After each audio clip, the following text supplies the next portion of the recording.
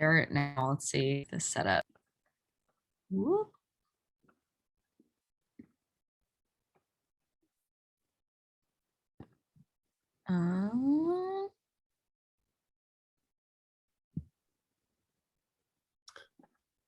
There we go. Okay, so we have a pretty hefty topic today. This was highly requested by you guys. We're really going to dive into the micronutrients and hydration. So for you guys more specifically, just being clients and kind of in your everyday life, what I really want to focus on the most today would be the different food sources. So definitely going to dive into a lot of different food sources, and you guys can have this slide deck as well. So that way you can always refer back to it. And if I know with Apotho, we still can't use MyFitnessPal, but Chronometer, if you guys are using the Chronometer one, that does a pretty good job of tracking your micronutrients, which is one of my favorite features of it compared to MyFitnessPal. So you might want to like look into, because you can look at your macros and your micros, and it's kind of interesting to see where you're kind of falling short in your food on the micronutrients level. So I just kind of wanted to throw that out there too. Okay, let me minimize this. So what are micronutrients? So basically you guys have heard us talk day after day about the whole macro thing, but what the heck are micros? So basically they are essential in small amounts to the body, and they don't contain any calories, which is why we don't necessarily track them, because from a body composition perspective, we want to focus more on the calories and the macros. But that doesn't mean that the micros aren't important. They're extremely important. They help us in so many different ways, which I'll get into. But they are very important for optimal function and health of the body as a whole. And so basically, when you think micros, just think vitamins, minerals, and antioxidants. So why are they important? This is like a general overview, but they carry out dozens of different functions throughout the body every minute of every day, which includes producing energy and enzymatic functions and working with hormones, preventing nutritional deficiencies, synthesizing DNA, aiding in digestion, and maintaining a strong metabolism, helping with new cell growth and rejuvenation, reducing oxidative damage, and helping with tissue repair and bone mineralization, and protecting the brain. So basically everything, super important. If you want to have healthy cells, healthy body, have a lot of energy, you want to make sure that your diet is very nutrient dense, like we discussed last week, and that's going to mean that it needs a lot of micronutrients. So within the vitamin category, we have both the fat soluble and the water soluble vitamins. So basically the water soluble vitamins are going to be vitamin C and all of the B vitamins, whereas the fat soluble is going to be vitamin A, D, E, and K. So the differences here is really how they act in the body. The water soluble vitamins are very easily absorbed. And so what that means is that they're not really stored in the body, which means that we're pretty much going to be constantly needing these things because our body doesn't store them very well. And any excess is removed by the kidneys. And then for the fat soluble vitamins, they are absorbed into the body with the use of bile acids, which are fluids that are used to absorb fat. So basically, as they're fat soluble, that means that the body can actually do a better job of storing these vitamins. So that way, if you are low on them, your body could actually use some of those reserves. We still need to have them pretty frequently, but they're a little bit better at being stored. So fat soluble and functions. So this is the different functions, diving into each one, vitamin A, D, E, and K. So the main functions of vitamin A, they're really important for eye and skin health, supporting immunity. They help with aiding in reproduction and development, reducing inflammation, and it acts as an antioxidant. And our vitamin D, our sunshine vitamin, it helps boost the immune system. It aids in regulating blood sugar and insulin, supports the cardiovascular system. It has a positive effect on our mood, which a lot of people know, especially important in this time of year. And then vitamin E, it helps boost the immune function. It has a lot of involvement in different enzymatic activity and also serves as an antioxidant. And then vitamin K is important for things like maintaining bone health and blood clotting. So these are the different food sources. So again, obviously for all of our clients' sake, you guys don't need to exactly know what vitamin A, D, E, and K does in the body. We just want to make sure that you guys know how to get enough of it in your diets. So vitamin A, you want to think more so that like yellow orange kind of color. So you're going to do squash, sweet potatoes, carrots. You could also find it in things like beef liver, egg yolks, kale, spinach, broccoli, dried apricots, mangoes, cantaloupe, and red bell peppers.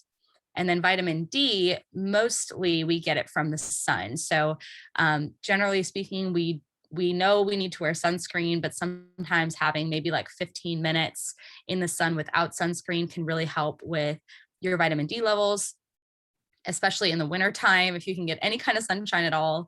And, but you can get them in egg yolks and fatty fish, such as salmon and mackerel, tuna, beef liver, and fortified dairy products. So you can look for dairy products that are fortified with vitamin D. And then vitamin E, you want to think nuts, seeds, spinach, broccoli, and fortified cereals. And then vitamin K, you can find in things like green leafy vegetables, and you can also find it in blueberries, figs, cheese, animal proteins, and eggs. So we have our water-soluble vitamins next. So basically it's going to be our B vitamins and our vitamin C. So generally speaking, we always see the B vitamins kind of more so in a complex. They really kind of work together. And they're most well known for providing energy and helping support the metabolism, but they also help with forming blood cells and nerves, help prevent heart disease, and they also help in aiding in the development and prevention of birth defects, promoting healthy brain and nervous system, and supporting skin health and hair growth. So lots of different functions for those B vitamins. Vitamin C, most of us are very familiar with this one, helps support the immunity and defend us against viruses and bacteria. It enhances iron absorption. That's a really big one. So if any of you guys have low iron levels, if you've been to the doctor and gotten that tested, we will always encourage you to actually eat any iron-rich foods with vitamin C to help with the absorption. And it also can reduce the risk of gout, as well as aiding in the production of neurotransmitters and collagen, and which helps with building and maintaining our bone, joint, skin, and digestive tract health. So it's also an antioxidant, like so many functions of vitamin C.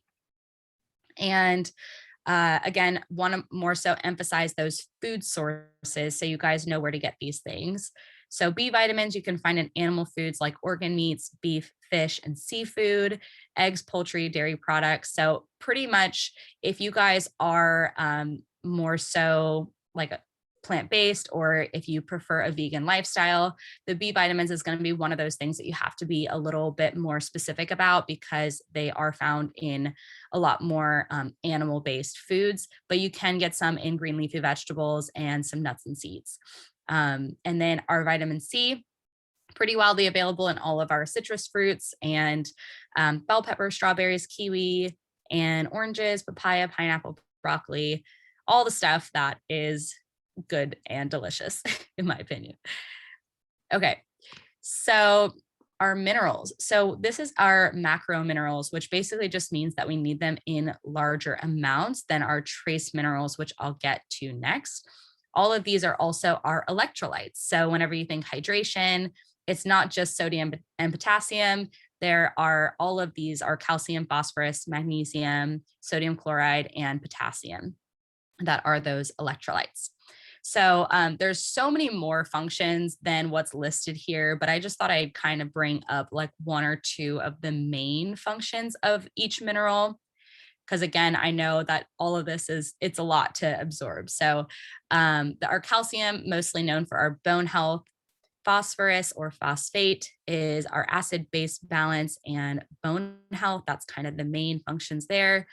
Magnesium is very important. It's actually involved in over 300 biochemical processes. And it's one of the most deficient minerals in our in our country. So I am a big fan of magnesium. Sodium, it's usually like sodium chloride. So basically, they have a lot of the same functions, and you can find them in the same food sources, and mostly involved in fluid balance and blood pressure control. It does get a bad rep, sodium does, in a lot of the media, but we actually really do need sodium in our diets, especially if you're active and you're sweating. You need sodium to help with fluid balance and blood pressure and so many other functions. Um, Potassium is really important for nerve transmission, muscle contraction, and fluid balance.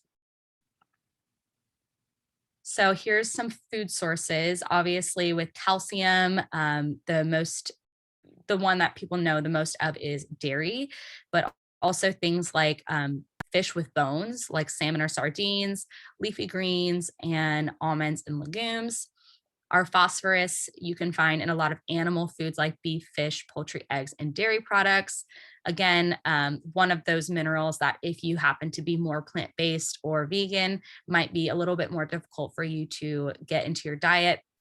So using something like Chronometer can kind of help you cover those bases and make sure that you're getting all of the vitamins and minerals that you need. And then our magnesium is our green leafy vegetables, broccoli, Brussels sprouts, beans, nuts, avocados, brown rice. Sodium chloride, obviously, table salt, it's pretty abundant in our food sources. Then salty things like pickles and olives, and then you can find them in pretty much everything. But potassium, fresh fruits and vegetables like bananas, potatoes, beets, spinach, whole grains, and legumes. A lot of people know the bananas, but potassium can be in so many other foods, and it's important to kind of know how to diversify that and just get a variety of foods so you can get a variety of minerals and vitamins. Okay, so these are our trace minerals.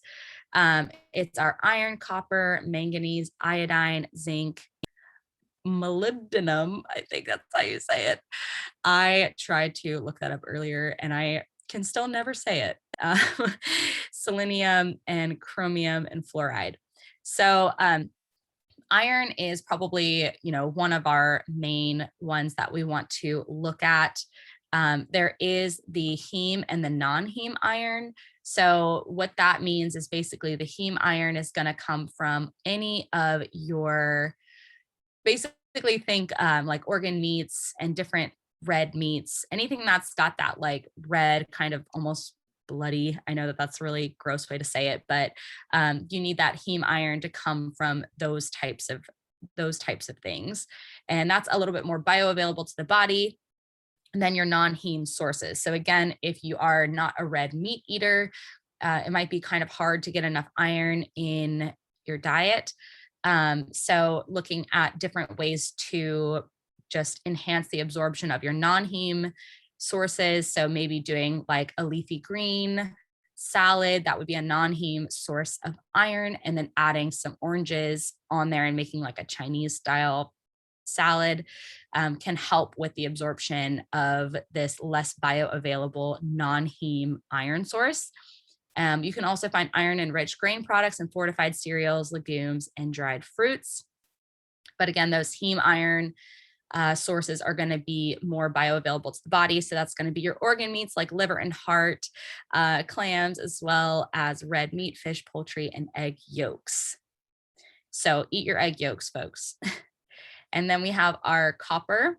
So again, lots of organ meats are really big sources of different minerals. And then shellfish, nuts and seeds, legumes, and whole grains. I didn't take all of the trace minerals to do a food source here, but I do have a more extensive list if you guys want to keep it for yourself. We have our iodine. This is going to be in a lot of like seaweed. So if you guys eat sushi, you're actually getting some iodine in that seaweed wrap. Other sea vegetables like kelp and food grown in iodine rich soil. And then obviously we also have our iodine fortified salt options as well. So usually these are not things that most of us, besides the iron, most of the other trace minerals is not, it's not as much of a concern. If you're eating a pretty well-balanced diet, you're not going to be deficient in any of these. And then we have our zinc as well, which is our beef, lamb, poultry, shellfish, eggs, dairy, and plant-based foods like legumes, nuts, and seeds. Okay, antioxidants. So basically, um, the an antioxidant is a substance that inhibits oxidation, especially when used to counteract the deterioration of stored food products or remove potentially damaging oxidizing agents in a living organism. So basically, what it does is it helps neutralize free radicals. And what free radicals do is they cause cell damage and contribute to the development of chronic disease. So if we have a high amount of free radicals, we're more likely to develop chronic diseases. And so we need to eat diet rich in antioxidants to help combat that. And really, it doesn't matter whether you eat a diet full of McDonald's or you don't sleep a lot, or free radicals in general. If you have like more of a positive lifestyle, free radicals are always going to form either way, if that makes sense. So there's no way of avoiding the free radical activity in the body. It is going to happen, which is why it's important to get enough antioxidants in the body, because free radicals are just a natural part of living. So we need those antioxidants. And then our sources is here. This is kind of like a full list, but I'll read you the top 4 or 5. So our top 4 antioxidants are coming from goji berries, wild blueberries, elderberries, and blackberries. So we have a theme here of berries. If you have a lot of berries, you're going to get a lot of antioxidants, but you can find them in a lot of other whole food sources like sweet potatoes, pecans, salmon, cilantro, oregano, cacao. Okay, so hydration. Basically, we all know that we need to stay hydrated. And it's a huge part of the electrolytes that we discussed earlier. But, because of just this whole micronutrient theme here, again, water doesn't necessarily provide calories to the body, but it's still super important, just like micronutrients don't necessarily provide calories to the body, but they're super important. So we have our benefits here. Basically, if you're well hydrated, you're going to have good energy levels and cognition. It helps keep your skin supple and reduces drying. And then it also aids in digestion and reducing constipation and promoting cardiovascular health. So how much water is the real question here? So generally speaking, a good rule of thumb as far as your minimum fluid needs is to take your body weight and divide it by 2. So if you weigh 160 pounds and you divide that by 2, then your minimum goal should be 80 ounces of water a day. And I usually like to take that a step further and divide that out into like water bottles. So if you have like a 16-ounce water bottle on hand, whatever 80 divided by 16 is, that's how many water bottles you need to drink that day. And that just makes it a little bit easier to count water bottles rather than ounces. But you could also, get a 32-ounce water bottle, something a little bit bigger. And so you can reduce the amount of water bottles that you have to drink throughout the day. But that is a good general rule of thumb for your hydration needs. And, if you're not much of a water drinker, if you came here and you're like, I don't really love to drink a lot of water, then try some new things, like maybe adding some fruit to the water or some flavor enhancers. Even some electrolyte packets taste really, really great. And it adds those electrolytes in there. Or you could choose sparkling water, get yourself a brand new water bottle, and also maybe try and track it and just make a little game out of it. There's some different apps for tracking your water. But then obviously we have our habit tracker as well, that your coach can put on there on your check-in for you. And that way you can track your water intake. And then another thing I wanted to say about hydration is that there's been a big debate on, does my fluid only count when I drink water, or does it count when I have things like soda or coffee, or tea, etc.? So generally speaking, you can count some of like the coffee and teas and things like that, and sodas toward your overall fluid, but we really want to emphasize the water. If you're just consuming coffee, technically, yes, you're getting fluid, but you're not just getting that pure water that we need. We need to make sure that we're having more water than we're having anything else. And so if you need some help with making water a little more exciting, try some of these tricks down here. And then this is also a good little chart that I like as far as assessing your hydration status. We've all heard about this before. And basically, you just want to assess the color of your urine. And this can change like literally day to day. It could be clear one day and then pretty dark and almost honey colored the next day. So this can change quickly. And so it's always important to kind of keep your eye on it. But if you look at the X's here, we don't want to be completely clear all the time. But somewhere in this like pale yellow to darker yellow is a good general place you want to be. It's okay if your pee is clear as well. But sometimes if you're overdoing the water, you could dilute your electrolytes, and it's kind of an extreme case. But there's definitely something in there that you want to be cautious about.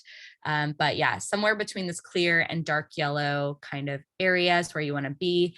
And this honey or brown color is really like a red light that you need to drink some more water. And that's it. So I cannot see you guys. So I'm going to try and come back to not sharing my screen, I guess. Anybody have any questions for any of us, not just me, Jesse and Emily?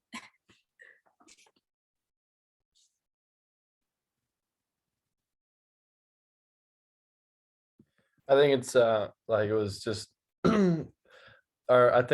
the post that we had up on social media ties really well into this conversation, because like I think all the time you hear, the comparison of today, for example, from last time we had that conversation, it was the apple and peanut butter versus a donut, and it's like, oh yeah, the apple is, higher in, it has more fiber, micronutrients, all these things, but like actually talking through like what these functions are, these micronutrients, and why it's important, I think really just brings like a nice closure to that conversation, versus just like, oh yeah, an apple is healthier just because, So not a question, but just a thought I had.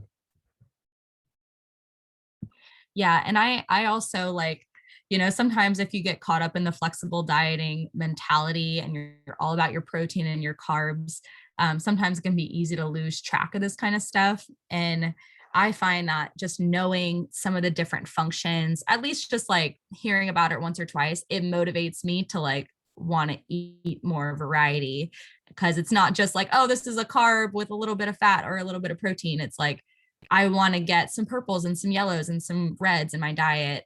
It just kind of reinforces that. So did y'all learn anything new?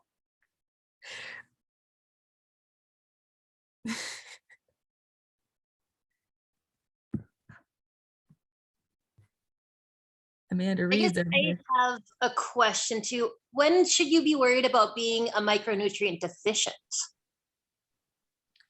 So I would say, generally speaking, we always want to test and not guess. But I would use using something like Chronometer, because it does have that micronutrient function. Looking at that, you can actually see where you are lacking. So whenever I was doing my Chronometer the past few days, because of the fact that things like oat milk and almond milk are so popularized, I'm not getting hardly any dairy in my diet because it's like lower calorie, all that good stuff for almond milk. But I was noticing that my calcium was pretty low. And so it actually has the standard too of just the dosaging of kind of what's a good general recommended dosage there. So I would say when you're tracking in Chronometer, just check those functions, and that will give you a good idea of like where your gaps are in your diet. But if you're concerned and noticing something specific, like some kind of symptom, you might want to test it. Anybody else have anything to add to that, Emily? I guess I would add, when it comes to testing, sometimes it's tricky because most testing is done via blood work, and certain micronutrients don't live in the bloodstream. So when they test the blood, we're not getting a very accurate representation, potentially, of your micronutrient status, or if you're testing a particular one. So there's certain, like potassium, you're going to see, like potassium, sodium, you're going to see those on like a basic blood work drop, but you're not necessarily going to have an accurate description of maybe what's in other parts of your body, other cells, other areas besides the bloodstream. So something like iron, or testing your ferritin, that's pretty accurate when you test in the blood because it lives there. So that's just something to note. You kind of have to do, there's different kinds of tests that wouldn't just be blood work. Sometimes like a dried urine test, I believe, can be helpful. So if you were wanting to test for something like a specific electrolyte or a specific micronutrient, that's something that I would note. So testing can get a little hairy unless you're doing like a really specific one. Your doctor knows what they're doing to test for minerals specifically. So vitamin D, things like that, pretty accurate. But not all of them. That's the tricky part. Emily, have you found any outside of like the blood work with your doctor, have you found any easy companies to test through that you could do at home, or anything that you've done in the past with just people you work with? Mm-hmm. There's two really good, well, there's a lot out there now, but there's two I've been using for years with clients. They are facilities that you can go, they're websites, then you go and you get your blood work drawn. Now they've expanded beyond blood work. I mean, these places are doing breath tests if you need to test for some like bacterial overgrowth. They're doing other, like some are even dabbling into genetic testing. So these facilities are really cool. So there's two websites that you can look at their, hundreds of different tests. And then they tell you like if there's a testing site location close by you, you can go and get your blood drawn or whatever you need to have done, or they might ship you something if it's all done at home, like maybe it's just a urine test or something and you have to pee in a cup, or a stool test. You might just do that at home. You wouldn't go into a facility. But one website to check out would be Walk-In. Wait, hang on. One of them has an S on the end and one of them doesn't. Walkinlabs.com. I'm sorry, walkinlab.com. Well, there's Walk-In Labs and there's Direct Labs. Let me look it up. Hang on. Let me just make sure I'm telling you guys the right thing. You got me on the spot here. Okay. Walk-In Labs with an S. Let me make sure it loads. You can figure it out. One of them has an S and one of them doesn't. Walkinlabs.com and directlabs.com. So check those out. They have tons of different things. So if you wanted to test your vitamin D, you can go, you can buy it. The cool thing about these that I didn't say was you don't have to have a doctor's order. So, sometimes when you ask your physician, I want X, this whole list of things, tested, they might come back and say, what's your reasoning? We can't get insurance coverage, all sorts of things. And so you're left either not having testing done, or they might order half of them. So you can kind of fill in the gaps, or just work around, politely work around your doctor, and just because it's not going to hurt you to test. Sometimes doctors just don't run them because they don't deem them necessary. So it could be worth looking into. So check those out, type them in, and you just pay. They're usually discounted, so you do pay out of pocket, but you don't typically pay what your insurance would be billed if you're doing it through a doctor, if that makes sense. So a lot of times insurance gets billed really high amounts for a test, and you might have it covered, or you might get, have to pay like a copay or something if you're going through your physician. But when you go through these websites, you're just paying like a flat rate. You might get a full panel, something done, and pay a couple $100, which you maybe would end up paying at your doctor's office anyway. So it's pretty slick. And they use places like Quest Labs. So these websites that I mentioned, Walk-In Lab and Direct Labs, they use a lot of different up and coming like labs that are kind of all over. Quest is a big one. Lab Core is another big one that they'll use. So you can kind of pick like which, if there's one of those locations nearby you, you can select that. But it's pretty self-explanatory once you go to the websites. Awesome.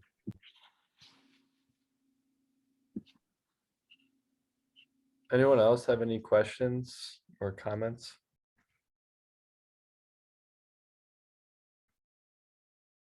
No. I'll add one more thing. When we talk about micronutrients in general, I would also say minerals specifically. A lot of people are like, do I need to supplement? Do I not? And this doesn't have to be like a whole conversation about that, but a lot of people are like, well, I'm getting it from food. And it might be pretty accurate on Chronometer or whatever, site that you're using to track, whatever, platform you're using. But sometimes we're not getting as much absorption of that particular micronutrient that we once did, let's say 30 years ago, 50 years ago, even like 15 years ago. And I speak to minerals specifically because a lot of mineral-rich foods are in soil, right? So a lot of our minerals are found in plant-based foods. Some are obviously in animal foods, and they're feeding off of, the land, so to speak, these animals, or they should be at least. So when they're not conventionally raised meats, things like that, they may not be consuming as nutrient rich of a diet. So we don't see that come through in the animal meat quite as much. But the same is true for soil-based minerals. The way farming practices have become, farmers are turning over soil so quickly, and a lot of soil is being really depleted of nutrients. And so we're not getting as much, let's say, magnesium from foods today than we were. I mean, we're getting significantly different amounts than we were maybe 30 years ago, 50 years ago, like when our grandparents, were farming and consuming food. So that is something to note, that we're just not seeing as nutrient dense of foods anymore, which sometimes, begs the reason that maybe we would need to add some type of supplement, whether vitamin, mineral, something specific. So just wanted to speak to that.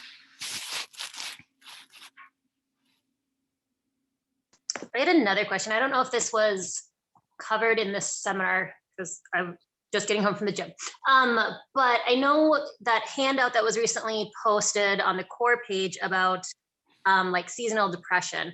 I think mentioned in there, it talked about how vitamin D should be paired with vitamin K for a better absorption, if I got that right. Are there any other minerals that should be paired together for better absorption, or is it just like that particular combo?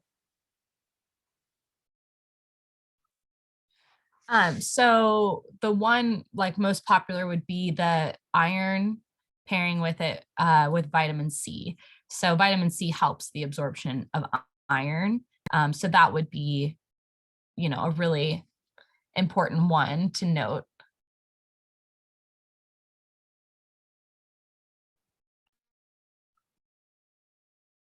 Emily, do you have any other? Yeah, I'm trying to think. This is maybe a little more general, but I would say consuming your fat soluble vitamins with the fat source, they're best absorbed in fat because they're fat soluble. So that's not specifically mineral to mineral, or vitamin to vitamin, but consuming an intentional amount of fat with fat soluble vitamins, or if you're taking, I guess this would be more in the case of like a supplement, taking like fish oil or vitamin D, something like that with a fat source. But I can't really think of anything else off the top of my head. There's probably some more, but nothing's right at the forefront.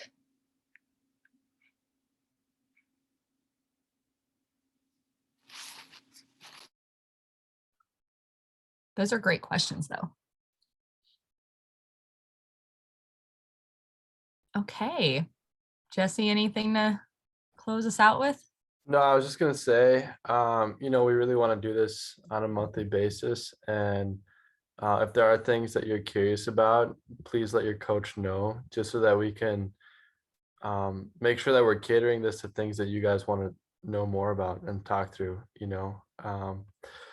so outside of that, I mean, this is recorded, so I will have it uploaded in the portal if you ever want to go back and look through the deck.